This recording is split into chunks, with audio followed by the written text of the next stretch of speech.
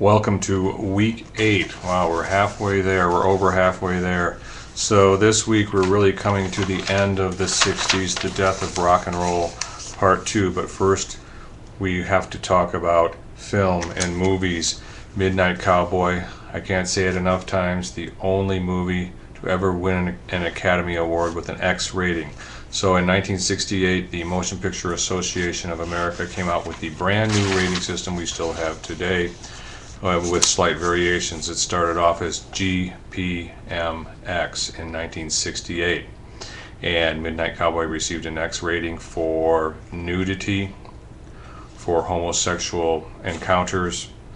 The star of our show, John Voight, was a male hustler, and he really wanted to hustle the women, but the only way he could make money was through homosexual encounters, he found out, and also the use of drugs. So the movie did get an X rating, but was re-released in 1970, and they brought it down to an M rating, which later became R. M turned into R, and later on the rating system went from GPMX to the system we know today, G, PG, PG-13, R, which replaced M, and NC-17, which replaced X. So that's what we still have today.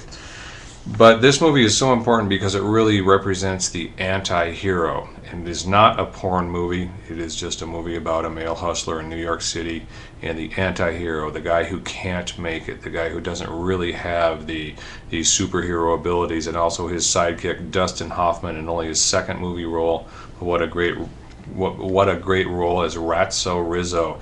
Again, even more of an anti-hero than John Voight. Ratso Rizzo in Midnight Cowboy. And the theme of the anti-hero moves through the movies we've discussed in the second half of the 60s.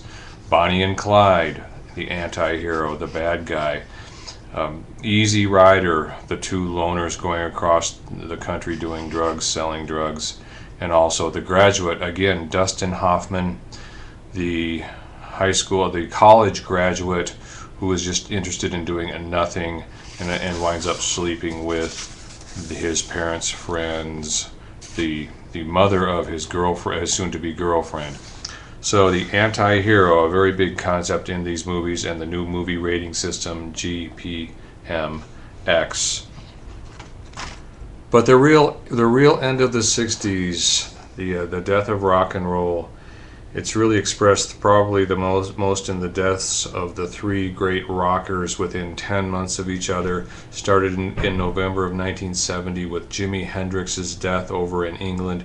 Jimi Hendrix, you know the story, came from Seattle, was a paratrooper, couldn't find much fame in the United States, went over to England and started up the Jimi Hendrix Experience with the help of Chaz Chandler of the Animals. And the Experience then came to the United States, had their first album, Are You Experienced, with Purple Haze and Foxy Lady, exploded on the American scene, had three great, incredible albums, Are You Experienced, Axis Bold as Love, and Electric Ladyland. Get them today. Three incredible pieces of work.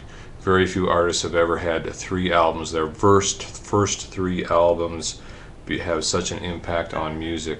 Remember, the Beatles had quite a few albums before they really hit their stride.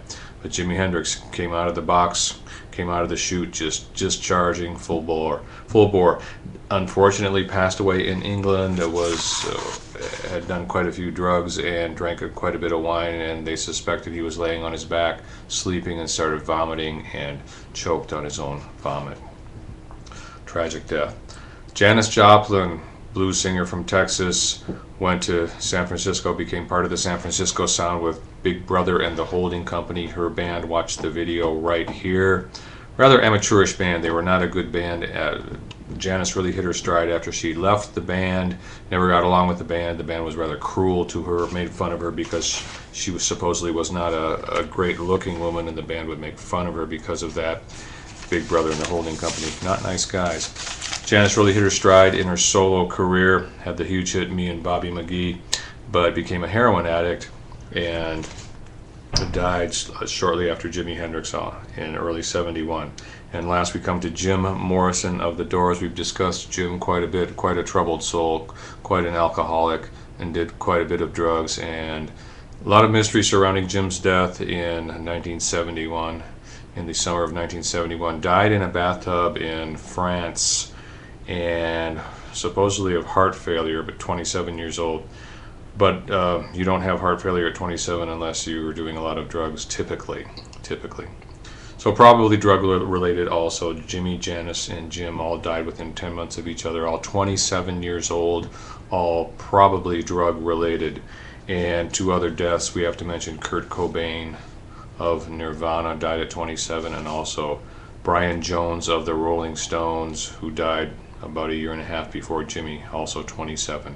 So a lot of rock deaths at the age of 27. So what else happened at the end of the 60s to really cap off the 60s? The summer of love is over. Drugs maybe are not so wonderful. People are dying of heroin overdoses. John Lennon became a nasty heroin addict during this time and helped to cause the breakup of the Beatles. Of course, lots of elements caused the breakup of the Beatles.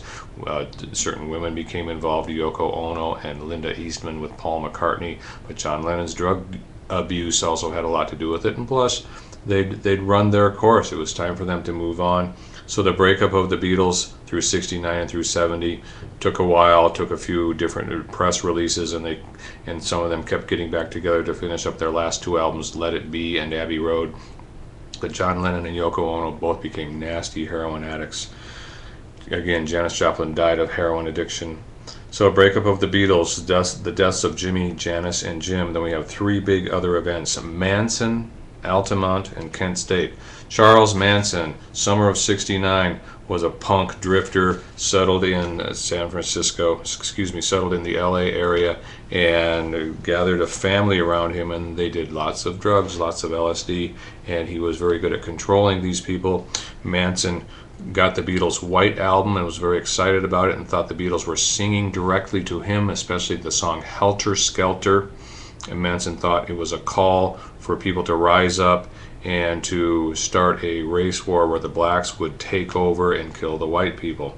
And Manson was trying to get this started in his killings, or so he said. Some other people said it was just revenge because he was angry at the people who lived in the house where the people were that were killed. So Manson sends his family out in July of '69 and kills a number of people at the Sharon Tate residence, and then they go out another night right after that and kill people in another house. Charles Manson, 1969. Altamont, December of '69. The Rolling Stones are finishing up their tour of the United States, and they were a bit disappointed that they were not involved in the Woodstock event of August '69. Woodstock was August of '69. And so the Rolling Stones wanted to do a big event at the end of their concert tour to top that off that rivaled Woodstock. So basically they figured Woodstock was in New York, we'll do a Woodstock West in California, and very hastily, much too hastily, set up a free concert in Altamont, California, up by San Francisco in December. It was very poorly organized. The Rolling Stones and or the Grateful Dead, no one's quite sure, arranged for the Hells Angels to help out with crowd control. Hells Angels have denied that they were ever paid to provide security. They've claimed they're not a security force, and they would just want to sit on the edge of the stage and drink beer. But they caused lots of violence. The entire concert was marred with violence, and during the Rolling Stones concert performance, as you can see right here, a young man in the crowd pulled out a gun and threatened Mick Jagger. One of the Hells Angels attacked him and killed him. And there were a couple other deaths at Altamont also. Be sure you watch the video, the documentary video of the Rolling Stones. Very interesting stuff. It was caught on film. Last but not least, we have the Kent State of our big three: Manson, Altamont, and Kent State. 1970, Nixon, who was saying he was going to wind down the war in Vietnam, went ahead and started bombing in Cambodia. Cambodia borders Vietnam. So many people regarded this as a turnabout for Nixon, who was supposed to be winding down the war. Many people regarded this as an escalation of the war, and caused many demonstrations, many student demonstrations, many riots across the United States. A particularly large demonstration in Kent State University in Kent, Ohio.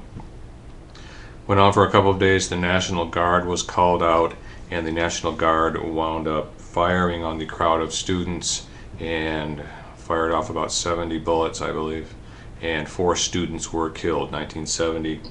And Crosby, Stills, Nash and Young wrote a very influential song about this, which we'll be talking about and studying in the discussion forum. So we've got all that stuff happening. The deaths of Jimmy, Janice, and Jim within 10 months. Manson, Altamont, Kent State, the Beatles breakup, the descent of so many rock stars into drugs, and especially the horrors of heroin abuse. Janis Joplin dying from heroin abuse. John Lennon falling deeply into heroin addiction at the end of the 60s and really helping to cause the breakup of the Beatles. So the summer of love, 1967, drugs were great for about 2 weeks, and then we see their darker side very plainly, and especially in the Manson murders, LSD fueled. The Manson family, Manson was very good at controlling his followers with the use of LSD. The books, what are we reading this week? Chapters 17, 18, 19. Much good information on the Beatles. John Lennon had a very controversial statement. John commented, "Christianity will go, it will vanish and shrink. I needn't argue about that. I'm right, and I will be proved right. We are more popular than Jesus now. I don't know which will go first, rock and roll or Christianity. Jesus was all right, but his disciples were thick and ordinary." The Beatles manager Brian Epstein, concerned about the upcoming American tour for the group, urged Lennon to apologize. John was reluctant to do so, having spoken in all sincerity. However, when the Beatles landed in Chicago for their tour on August 11, 1966, Lennon made a statement to the press in which he tried to skirt the whole issue. Lennon said, "If I had said television was more popular than Jesus, I might have gotten away with it. I'm not saying we're better or greater or comparing us with Jesus as a person or God as a thing or whatever it is. I just said what I said, and it was wrong or it was taken wrong, and now there's all this. I believe in God, but not as one thing, not as an old man in the sky." So very good stuff on the reaction to John Lennon's statement. Chapters 17, 18, and 19. Also, Gula. Keep up on your Gula reading. There will be some questions in the quiz. Chapter 7, diversion. Diversions occur intentionally and unintentionally. The diversion can be a useful tool when arguments fail you, when you are backed into a corner, when you feel you are losing or about to lose, or when you feel uncomfortable with the drift of a conversation. On the other hand, diversion can be used against you if you're not alert. It is just as easily to be distracted as it is to distract. Chapter 7. That's all for now. Week 8. We're halfway there. Please be sure you watch all videos. Lots of great stuff on Manson and the Rolling Stones documentary. That's it.